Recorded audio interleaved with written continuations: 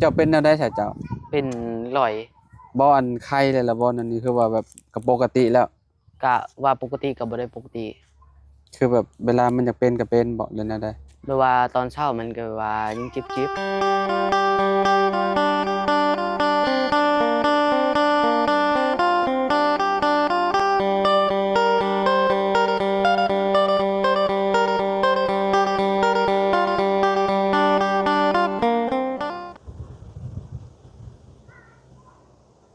อ้าวกราบสบายดีและสวัสดีเนาะพ่อแม่พี่น้อง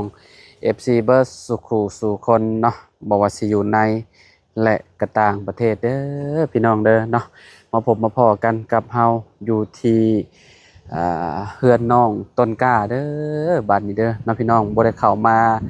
กระโดนพอสมควรเลยเนาะพี่น้องบ่ได้เข้ามาหาน้องต้นกล้าเพิ่นเนาะอ่าโมเมนต์สิเป็นปีแล้วบ่จักพี่น้องเอ้ยเนาะโอ้ยมาเบิ่งทางนี้บ้านนี้เนาะทางประตูเพิ่นกำลังแปลงอยู่พี่น้องเอ้ยเนาะแปลงที่แปลงทางเนาะสบายดีเด้อตู้เด้อสบายดีสบายดีบ่โดย โดยสบายดีสบายดีน้องต้นกล้าสบายดีอืมคือสิบ่จื้อขอยดอกเนาะโดยมาแต่ดนแหละ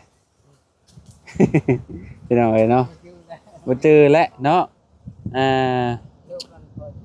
เบิ่งข่อยเข้ามาช่วงอ่าว่าจังได๋ล่ะพี่น้องเอ้ยเนาะแต่โอ้เกือบเป็นปีแหละเนาะพี่น้องเอ้ยขออนุญาตเด้เนาะโดยพี่น้องเอ้ยเนาะแม่นเด้ออ่าบ่าวลาวสตูดิโอโดยเราสตูดิโอคือตะกี้แต่ก่อนก็เคยมาหาน้องน้ำบ่มากับเบาเตียงนะตอนน้องน้ำเป็นวัณโรคำแม่ตอนเราป่วยค่ะเด้โดยตอนเราป่วยเนาะพี่น้องเอ้ยอ่าโอ้เขามาดูอยู่ได้ช่วงนั้นนะเนาะโอ้ปรับคักแล้วบัดนี้เนาะเพียงคักแล้วพี่น้องเอ้ยโดยเอ้าเท่าไรนี่ปรับนี่ราคาล้าน1 ล้าน1 ล้านเบาะโดยอืมจำแทบสิบ่ได้พี่น้องเอ้ยคนเอ่อมันบอลที่ว่าเพิ่นตะกี้แต่ก่อนมันเป็นเฮือนอยู่หม่องใดก็เฮือนมองนั่นเนาะมองหันในเฮือนเนาะโดยมองอ่าแม่ตู้อยู่นั่นแหละที่เฮาลงมาแล้วก็มาเจอเฮือนเนาะโดยแล้วก็ป่ากล้วยมันจะอยู่ฝั่งนั้นอันนี้โดยเปลี่ยนกันแม่นบ่ที่ดินนี่โดยเปลี่ยนอืเปลี่ยนกับเอ่อนี่ใช่ของเพิ่นจ้ะที่ว่าของชุมเจ้าอันนี้มาเปลี่ยนตัวนี้โดยแบบอยู่พุ่นอยู่แปลว่าของเจ้าน่ะอยู่พุ่นบ่โดยอยู่ฝากพุ่นเนาะโดยอยู่นี่แหละอยู่มีกุกไม้หลายๆอยู่เขาปลูกใส่เนาะมักต้องอืมบ่โอ้มีต้นหมักตองเนาะเปลี่ยนกันโดยเปลี่ยนของชุมเจ้ามาเอาอยู่พี่เนาะโดยอืมโอ้ต้นหมักตองยามมันมีหมานี่ก็สิมีกินเนาะโดยโอ้พี่น้องเอ้ยเนาะก็ดีแล้วเนาะเฮาก็ได้มาอยู่ใกล้พี่เนาะโดยพี่น้องเอ้ยเนาะมาอยู่ใกล้เฮือนเพราะว่าอยู่ยับขึ้นไปพุ่นก็สิเป็นเฮือนคนพี่น้องเอ้ยเนาะอยู่ฝั่งนั้นก็เฮือนคนฝั่งนั้นก็จะเป็นยับลงไปพุ่นก็จะเป็นถนนเนาะก็คือทางออกนี่ออกไปทางนี้เนาะโดยทางออกพี่น้องเอ้ยเนาะทางออกทางเข้าทางออกทางเข้าเนาะขึ้นไปมุมนี้เลยฝั่งนั้นเป็นเฮือนน้องงามเพิ่นเนาะโดยคือสิอยู่ดีมีแห้งอยู่ช่วงนี้เนาะเราก็ได้เนาะโดยคือสิบ่ไข้แล้วบ่ได้ป่วยแล้วนี่เนาะโดยเจ้าเป็นแนวใดใช่เจ้าเป็นลอยบ่อันไข้เลยล่ะบ่นั่นนี่คือว่าแบบก็ปกติแล้วกะว่าปกติกับบ่ได้ปกติคือแบบเวลามันอยากเป็นก็เป็นบ่เลยแนวใดหรือว่าตอนเช้ามันก็ว่ายังจิบตอนแบบว่าเฮาลุกยืนหมายว่ามันแข็งแหละมันเจ็บแหละเฮายืนนิดนึงแหละมันหายโ อ๋อเวลาลูกมายามเช้านี่แบบว่ามันอยากตึงแน่โดยเส้นอยากตึงเนาะ โดยแบบมันเจ็บโดยบัดเฮายืนไปโดนเติบแล้วมันก็หายไปเองบ่เขายืนในเดียวก็ไม่ว่าเขายืนแล้วมันเจ็บๆแหละมันหายเลย โอ้ มันใกล้สิหายแล้ว เจะต้องออกกำลังกาย โดยนํเนาะ โดยเวลาเฮาลุกมายามเช้าแล้วก็ย่างเนาะพี่น้องออกกำลังกายเนาะก็โดนเติบแล้วแหละเนาะที่ว่าจะไปรักษาเนาะ โดยโดนอยู่ประมาณ 7 มื้อบ่ฮอดแล้วบ่2 เดือนนี่ฮะที่ว่าจะไปรักษาอยู่โรงหมอชัยโปนกลับตั้งมาแต่เดือน7แม่นบ่เดือน7บ่จะไปรักษาเดือน7บ่ฮู้คือกัน เดือน ลืม 7เดือน8ฮะ เดือน7เดือน8ประมาณนั้น ตอนนี้เดือน11เลย โดย โอ้หลายเติบหนึงแล้วซะเนาะ โดย หากยามเช้ามันจะเจ็บหน่อยหนึงเนาะ โดย อืเป็นจังได๋เรื่องเฮือนเรื่องชาติเนาะพอฮู้อยู่บ่ว่าเพิ่งเพิ่นว่าจังได๋ เพิ่นว่าสิเฮ็ดเฮือนแต่บ่ฮู้ว่าสิเฮ็ดมื้อใด เพิ่นเว้าหาได้ โดย ผู้ใหญ่ทางบ่าวเพิ่ง บ่เพิ่งว่าสิเฮ็ดเฮือนเพิ่นว่า ผู้ใหญ่ทางบ่าวเพิ่งเพิ่นให้มาแจ้งบ่ แจ้งแจ้งหลานนี่ เขาแจ้งเจ้าหั้นแหละเรื่องเฮือนเรื่องชาตินี่บ่แปลว่าเพิ่นสิเฮ็ดเฮือนให้เจ้าสำเร็จแล้วเบิดทุกอย่างบ่หรือแนวใด ก็เพิ่นว่าสิเฮ็ดเฮือนไม่ว่าให้สำเร็จนั่นนะ อ่าเอาก็ท่าเบิ่งเนาะซะทางบ่าวเพิ่งเพิ่นพู้นแหละพี่น้อยเนาะทางผู้ใหญ่ทางบ่าวเพิ่งเคยล่าพี่น้อยเนาะอันนี้ก็เป็นผู้ใหญ่ทางบ่าวเพิ่งเพิ่นเบิดเนาะ โดย พี่น้อยเนาะเพิ่นก็ว่าอ่าได้ยินเพิ่นเว้าอยู่ว่าเพิ่นสิสั่งเซาว่าซั่นเนาะสั่งเซาเฮ็ดเรือนให้น้องต้นกล้าพี่น้อยเนาะก็บ่ฮู้ว่าสิใหญ่ซำใดก็ถ้ารุ่นถ้าชมนํกันพี่น้องเอ้ยเนาะคือสิเป็นไม้บ่หรือว่าเป็นปูนนี่ก็ส่วนใหญ่ก็มีแต่ไม้แหละเนาะ โดย เฮ็ดบ้านพี่น้อยเนาะแถวนี้บ่ค่อยสิเฮ็ดเฮือนปูนให้ดอกพี่น้องเขตช่วยเหลือนี่ก็มีแต่เฮ็ดเฮือนอ่าไม้เอาพี่น้อยเนาะเป็นโอ้สมมุติว่าได้เฮือนหลังใหม่ก็คักแล้วเนาะ โดย พี่น้องเอ้ยเนาะปัจจุบันนี่ก็อยู่นี่แม่นบ่ โดย อืมอยู่กันจักคนนี่เนาะ อยู่3พ่อใหญ่ โดย แล้วก็แม่ใหญ่ โดย อืม แล้วก็หลาน แล้วก็เจ้า โดย น้องตนกล้าเปลี่ยนชื่อใหม่เนาะ โดย เดิมๆกับน้องแล้วพี่น้องเนาะแต่ก็มื้อนี้เพิ่นเปลี่ยนชื่อแล้วเนาะ โดย มื้อนี้บ่ได้ไปโรงเรียนหรอว่ามื้อนี้ โดยบ่ได้ไปค่ารถเขาดุด เพิ่นพอดแล้วแต่เช้าพุ่นละว่านี่ โดย เออแล้วแต่เช้าพุ่นเนาะเพราะว่ามันก็บ่ได้อันนั้นปานใดเนาะก็บ่ได้ว่าสิดินมันก็เพียงอยู่แล้วหั่นน่ะพี่น้องเนาะมีแต่ปรับเล็กน้อยเนาะปรับให้มันงามกว่าเก่าพี่น้องเนาะสมมุติว่าปลูกเขื่อนปลูกหยังก็สิได้อ่างามพี่น้องเอ้ยเนาะต้นอันนี้ก็โอ้ผมดีเด้นี่เนาะต้นมันยำใหญ่พี่น้องเอ้ยเนาะอยู่นี่เลยเนาะยามมันเป็นหมากก็ได้กินอยู่บ่ ได้กินอยู่ ต้นนี้ได้ โดย โอ้ถ้าบักทิ่มนี่ก็เสียดายเด้เนาะพี่น้องเอ้ยอยู่ทางหลังก็ต้นหยังซะน่ะ ก็บ่ฮู้คือกันต้นยัง ไม่ลาด ต้นไม่ลา ต้นหยังก็ตุ ต้นไม่ลาด ต้นไม้ลานโอ้เพิ่นเอาเฮ็ดหยังต้นไม้ลานนี่ตุ เพื่อนก็ได้คือว่า เฮ็ดเทือนก็ได้บ่ ทำก็ได้ เออโอ้ต่อไปมันใหญ่นี่มันโอ้มันลงยากได้นี่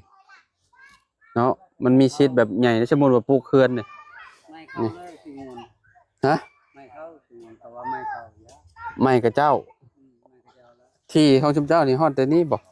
ที่ว่าฟังรักนี่เนาะฟังรักแล้วอ้อมไปหัน อ้อมฮอดลัก ฮอดรักตัวนั้น โดย รักตัวชุดพ่น โดย พอสมมุติว่าปลูกเขื่อนก็เบิ่งต้องยับไปปลูก โอ้ยอยู่ใกล้เลยพี่น้องต้นไม้นี่อยู่ใกล้นี่เนาะมันก็อยู่ใกล้พอสมควรอยู่อ่า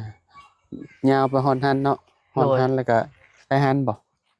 โดยไปหั่นแหละฮอดลักนี่ แล้วก็ฮอนรักตัวนั้น โดย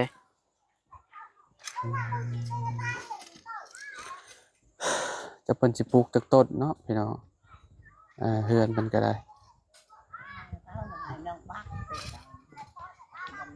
ก็ต้องได้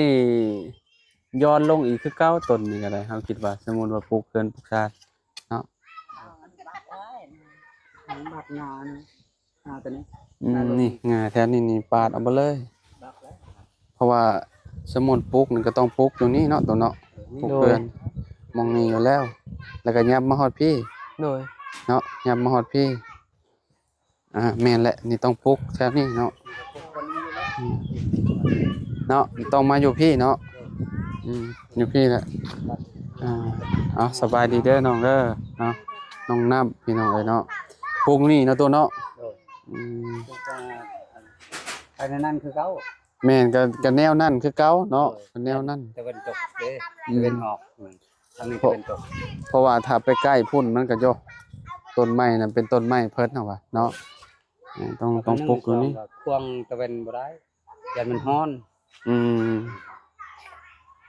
แต่นี่ ตรงแนวนี่เนาะแนวเฮือนหลังเก่าเจ้านี่เนาะพี่น้องเอ้ยเนาะ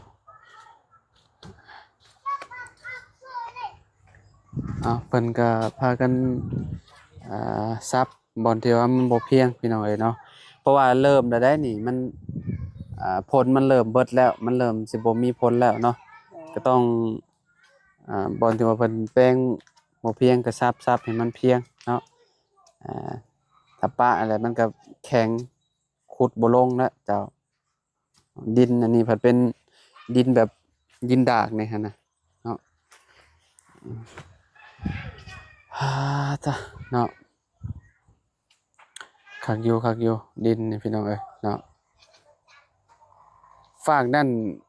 เพิ่นปลูกจังซี่ทางลงยับลงไปพุ่นเป็นเฮือนคนอีกบ่ บ่ มองที่ชมเจ้าหาได้ โดย เออมันเป็นป่าบ่หรือป่ากล้วยบ่ทางนั้น ทางนั้นก็เป็นเขาสิปลูกมันต้น ปลูกมันต้นบ่ โดย อืมโอ้ต้นกล้วยกันเนาะคักกะลีเต็มอยู่ โดย อ่าในการอยู่พี่น้องเอ้ยเนาะมากล้วยชุกเขียวโอ้โหปลูกผักไว้กินพร้อมเนาะ โดย ผักไม่ตู้บ่น่ะโอ้ปลอดสารพิษได้อฮะเนาะบ่ได้ใส่ปุ๋ยบ่ตุโอ้ไปเบิ่งก่อนจ้ะเนาะมาพี่น้องต้นกล้า โดย เนาะอ๋อพี่น้องเอ้ยเนาะเอาน้ำได้ใช้หดนี่ เอาน้ำอยู่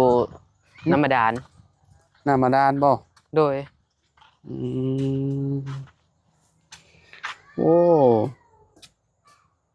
ต้องย้อนออกน้ำแหละนี่นะ อันนี้ก็คนมาแล้วเสานี่ ใช่ปูนขี้แบ่บ่ โดย อันนี้ก็พักมาแล้วเป็นถอดเลย อ๋อเพิ่นพอดแรกๆเจ้าปลูกฮอดพุ่นแม่นบ่ โดย อันนี้เพิ่นพอดเนาะ โดยขาแต่ข้างล่าง เออโอ้มากล้วยเพิ่นก็ได้เนาะพี่น้องเอ้ยเนาะฟูโอ้ เขานั่นน่ะลูกเนาะบ่ต้องอันนั้นพี่น้องเอ้ยเนาะบ่ต้องใส่ปุ๋ยใส่หยังมีแต่เอาพุ่นธรรมชาติใส่แล้วก็อันนั้นเลยเนาะย้อนออกตู้เอ้ยบ่เลยให้มันอันนั้นเด้ให้มันต้นมันใหญ่เนาะคันสมมุติว่ามันที่หลายมันก็บ่คักก็บ่ใหญ่เนาะมันใหญ่ซำนี้เนี่ยเอาไปคั่นส้มรสแซ่บอยู่ เลยสิพุดทั้งนี้เลยมาบ่มทั้งนี้อีก โอ้สิแม่นสิเจ้าสิขุดนานแล้วจะสิโบ่งใหม่อีกเนาะ โดย อืมนอนแบบได้นี่น้องนอนอยู่นี่เลยบ่ โดย โอ้บ่อนเจ้าบ่นอนอันนี้ บอนคอยกับพ่อตู้และทางนั้นกับแม่ตู้ อันอยู่เทิงได้ซะนี่อยู่บ่อนนี่ อยู่นี่แหละเก็บข้าวเก็บของ เก็บเครื่องเก็บของ โดย ปากกันนอนเรียนกันอยู่นี่เลยนี่เนาะ โดย อ อ๋อพี่น้องเอ้ยเนาะห่วยคะแนนบ่ฝนตกนี่มันก็เรียบร้อยแล้วใช่นี่เนาะช่วงฝนตกชุมเจ้านอนอยู่ใช่ คนโตกายแต่ตั้งแต่เขาตั้งแต่พอตู้ตั้งตู้ยังบ่ได้ฝนตก กระตูบมันนี่ตั้งแต่ตั้งฝนยังบ่ได้ตกใช่ โดย โอ้คิดว่าน้าบ่าวคิดว่าฝนตกมายันช่วงนั้นแล้วว่ายันมันสาดเข้าเนาะใครต้องมันเบิดเลยเบิดผลเลยคิดว่ามันเบิดแล้วแหละเนาะพี่น้องเอ้ยนะคำว่าบ่เบิดนี่นอนลำบากแล้วนี่ ลำบากเลย โดย เวลาผลมาเนี่ยมันสิมาจังซั่นเข้ามุมนี้บ่เลยแล้วนี่ โด พี่ ย น้องเอ้ยเปียกบ่เลยเนาะ น้ำหมอกก็ยัง ทางยามหนาวหนาวเด้เนาะ โดย หนาวบ่ หนาว ว่าตอนเช้าหนาวบ่ โดยหนาว หนาวแล้วเฮ้ยพี่น้องเอ้ยเนาะมันบ่ได้มีแนวบังเลย มันมีแต่สังกะสีแผ่นนี้แล้วก็มุมนี้มันเปิดโล่งเลยเนาะอ่าอยู่เทิงผัดบ่ได้นอนมีแต่เก็บแต่เครื่องว่าซั่นเนาะเป็นพวกหยังคือว่าเก็บเครื่องว่าเต็มอยู่เลยบ่หรือว่าแนวใด ก็เฮ็ดกินอยู่ร่วมแหละอยู่เทิงน้ำ เอ้า เพราะว่า คือเฮ็ดกินอยู่เทิงนำ ก็บุกขัน ใช้เบิ่งเฮ็ดกินแบบไรอยู่เทิงใช้ปืดได้บ่ นั่งทางนี้สบายเลย ตรงนี้ก็ได้ โอ้ได้บ่เฮ็ดอยู่เฮ็ดกินบ่นี่ โดย โอ้พี่น้องเอ้ยเนาะใช่โอ้บ่เฮ็ดกินบ่นี่โอ้ยไปเบิ่งทางนั้นผมไปเนาะพี่น้องเอ้ยใช่โอ้เฮ็ดอยู่เฮ็ดกินอยู่นี้เนาะ โดย โอ้พี่น้องเอ้ยเนาะดังฟืนดังไฟก็อยู่นี่เลย โดย อ๋อตะมันข้าวโพดก็เต็มอยู่เอาไว้ปลูกบ่ โดย อืมพี่น้องเอ้ยบ่ย่านไฟไหม้บ่ตุเวลาต้องมอดได้เนาะบ่มอดบ่ได้แล้วนี่ แล้วก็หมอย ามนี่แฮงลมซ้ำเนาะไหม้เครื่องไหม้ของนี่โอ้เบิดนี่งานเข้าแล้วนี่เนาะบ่ได้เด้พี่น้องเอ้ยพี่บ่อนเพิ่นนอนโอ้พี่น้องเอ้ยเนาะจ้าเนาะสุดๆเลยนี่เนาะเอามาพี่น้อง โด เนาะ ย น้องต้นกล้าก่อนเอาเงินเนี่ยเพิ่นไปซื้ออยู่โรงเรียนก่อนไปมื้อหนึงเบิดเท่าไหร่ไปโรงเรียน ก็ได้ไปตอนไปกับประหยัดแน่ มื้อละเท่าไหร่ใช้ ก็ประมาณ10,000ไปโรงเรียน 10,000เบิดบ่ โดย ซื้อขนม พี่น้องเอ้ยเนาะมีหยังขายอยู่โรงเรียน ก็มีหลายอยู่ขนม ใหญ่เลยกินอยู่บ่ขนม กิน ฮะ กิน กินเผลอกินหยังไปติน่ะบ่าวอ่ะ โดยกินเพื่อแหละกินขนมน้ำเพราะว่าเขามาขายอยู่โรงเรียน สำเนียงเจ้าบ่คือคนเซโปนเนาะ โดย อยากว่าแบบออกทางใดล่ะคือคนเวียงจอกเวียงจันทน์ไปจังซะ พี่น้อยเนาะจังใดก็เนาะทารุ่นทาเบิ่งนำกันพี่น้อยเนาะเฮาก็สิได้มาอัปเดตเรื่อยๆอยู่ดอกพี่น้องเนาะเรื่องเรื่องซานน้องต้นกล้าเพิ่นเนาะผู้ใหญ่ทางบ่าวเพิ่งเพิ่นพุ่นแหละพี่น้องเนาะว่าสิเป็นจังใดเนาะเดี๋ยวมีการเคลื่อนไหวจังใดจังว่ากันใหม่เนาะพี่น้องเนาะเอาห้าม โดยขอบใจ โดยเนาะเอาเงินให้เพิ่นไว้ไปซื้อห้องหำบ่แม่นไปซื้อห้องหำโรงเรียนไว้เพิ่นไปซื้อกินพี่น้องไกลบ่ไปโรงเรียนน่ะ ไก่อยู่เมืองจันทน์ เมืองจันทน์ โอ้ไปเข้าอยู่เมืองจันทน์พุ่นเนาะห้องหมอ โดย บ่แม่นห้องหมอพี่น้องโรงเรียนอยู่บ้านเมืองจันทน์พุ่นมอเนาะ โดย เจ้าขี่รถถีบนะไป ขี่รถจักรน้ำมู สอนรถจักรน้ำหมู่บ่ โดย อืมเติมซอยเพิ่นเท่าใด กะแสนซาว พลทิศ บุรชิต พุ่นละทิศหนึ่ง โดย ทิศหนึ่งเจ้าเติมเท่านึง โดย เปลี่ยนกันเนาะ โดย อ๋อแสนซาวพี่น้อยเนาะเดือนหนึ่งก็เบิดเท่าไหร่200,000ปลายเนาะ โดย เพราะว่าเปลี่ยนกัน รถกระเจ้าพี่น้องเอ้ยเนาะอ่ารถพี่น้องนี่บ่เลยว่าแนวใด หมู่ หมู่ โดย หมู่ในไทยบ้านนี่บ่เ หมู่อยู่ไทยบ้านมันอะไร อะไรใหญ่เพิ่นไรลูก โดยอ่านออกเขียนได้อยู่หรอว่า ได้อยู่ อืมตอนนี้อ่านได้อยู่ โดย เขียนชื่อตัวเองก็เป็น โดยเป็น โอเคจังได้ก็สู้ๆเด้อ โดย ไว้พอกันใหม่เนาะเอา โดย สบายดีบ้างล่ะ สบายดี โดยสบายดีโตสบายดีโดยอยู่ดีมีแฮงคือกันตัวเอ้ยเนาะขอบใจหลายๆเนาะพี่น้องเอ้ยเนาะป้าประตูเอาเฮ็ดต่อไปตู้เอ้ยเนาะแปลงหม่องใดที่ว่ามันบ่งามมันบ่เพียงแปลงเอาหั่นแหละเนาะไปครับไปเลยเด้อตู้เด้อโดยสบายดีเด้อ สบายดี โดยสบายดีเนาะโอเคพี่น้องเอ้ยเนาะก็สิประมาณนี้แหละเนาะ